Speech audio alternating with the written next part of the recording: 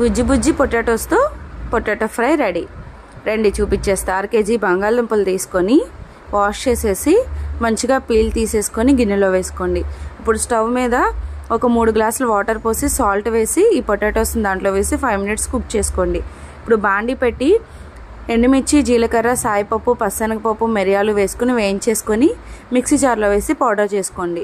ఈ పౌడర్ మెత్తగా పట్టేసి పక్కన పెట్టుకోండి. స్టవ్ వెలిగించి ఆయిల్ వేసి పోపు వేసుకోవాలి. సాయిపప్పు, జీలకర్ర, ఆవాలు వేసేసి మంచిగా వేగాక పచ్చిమిర్చి, కరివేపాకు యాడ్ చేసుకుని వేగిన తర్వాత ఉడకబెట్టిన పొటాటోస్ని దీంట్లో యాడ్ చేసేసుకొని మంచిగా 3 minutes పాటు వేయించేసుకోండి.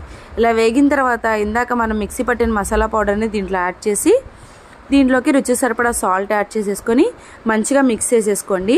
ఫైనల్గా ఇవి ఒక 3 minutes కుక్ అవ్వాలి. ఇలా కుక్ అయిన తర్వాత లాస్ట్ కొత్తిమీర చల్లేసుకొని సర్వింగ్ బౌల్లోకి సర్వ్ చేసేసుకుంటే పొటాటో ఫ్రై రెడీ.